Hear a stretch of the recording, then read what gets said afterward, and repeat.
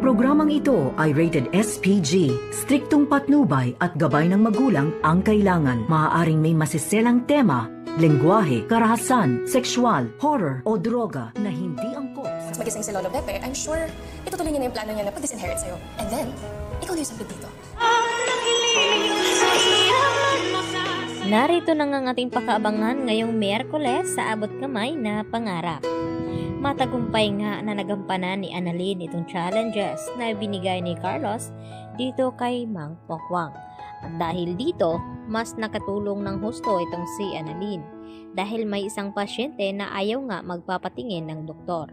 At ang gusto ay albularyo, kaya agad na nakaisip ng paraan itong si Annalyn na magpanggap itong si Mang Pokwang na magiging albularyo at dahil dito, gustuhin na nga ng pasyente na ito na magpapatingin ng doktor at naabutan nga sila dito ni Doc Carlos Benitez na tila sa palagay ni Carlos na ginagawang kalukuhan daw ni Annalyn itong ospital ng Eastridge. At dito naman na ipinagtanggol ni Mang Pokwang itong si Annalyn dito kay Doc Carlos na dapat magpapasalamat nga ito kay Annalyn imbis na pagpagalitan niya ito. At napahiya naman itong si Doc Carlos sa kanyang mga nasabi dito kay Annalyn dahil dapat magpapasalamat daw sila na sa kanila napunta itong genius young doctor na si Annalyn Santos at hindi sa iba. Dahil dito, maraming ang natutunan itong si Mamang Pokwang upang gamitin sa kanyang pelikula na gagawin.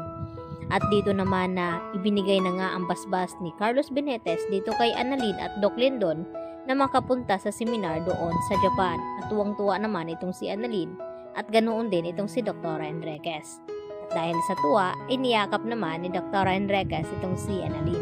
Samantala, masaya naman na ibinalita ni Annalyn sa kanyang ina ang tungkol sa pagpunta ng Japan. Subalit ay hindi naman maiwasan na malungkot itong si Annalyn dahil sa kanyang nalaman na nagkaroon ng sugat sa braso itong si Lynette.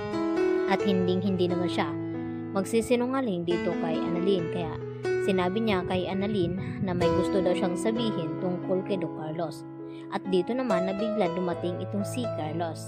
At dito rin na sinabi niya kay Annalyn na siguro dapat na isama daw ni Annalyn ang kanyang ina sa Japan nang sa ganun ay makalimutan itong trauma. Nang sa ganun ay makabawi din itong si Carlos sa kanyang pagkukulang at pananakit dito nga kay Lynette. Dahil dito, kinabahan na nga ng husto itong si Diyosa. At dito sinabi ni Diyosa kay Aling Susa na dapat i-report na daw nila ito sa pulis ang pananakit at abuso na ginagawa ni Carlos dito kay Lynette dahil sa sugat na nakita nga dito ni Diyosa at hindi ito naniniwala na disgrasya lamang ang nangyari na iyon. Samantala, tuloy na tuloy pa rin ang investigasyon ng mga pulis sa nangyaring kidnapping dito kay Don Pepe. At dito nga na sinabi ng pulis kay Giselle na bago nga magkaengkwentro ay may isang sasakyan daw na lumabas doon sa kuta ni Balahadja. At ito nga ay sinasabi ni Giselle na walang iba, baka kay Moira nga iyon. At dito naman na biglang dumating itong si Moira. At dito sinasabi kay Giselle na kababakasyon pa lamang daw ni Moira ay namimiss na daw siya agad dito ni Giselle. At dito naman na nagkakaharap na nga itong si Justin at itong si Zoe. At dito na sinasabi ni Zoe kay Justin na pagmamay-ari niya pa rin at teritoryo niya pa rin itong Apex Hospital. At dito naman na sumagot itong si Justin kay Zoe na sa ngayon ay teritoryo pa nga ni Zoe ang hospital na ito. Pero once daw na magising itong si Lolo Pepe ay itutuloy na nga ang hindi sa pagperma dito ni Lolo Pepe doon nga sa mga ari-arian na hindi isinama itong si Zoe. At kapag nagkataon, siya naman ang magiging sampid dito sa Apex dahil wala nga siyang mamanahin lalo pat hindi dugo ng mga tanyag ang nananalaytay dito kay Zoe dahil anak nga siya dito ni Carlos Benitez.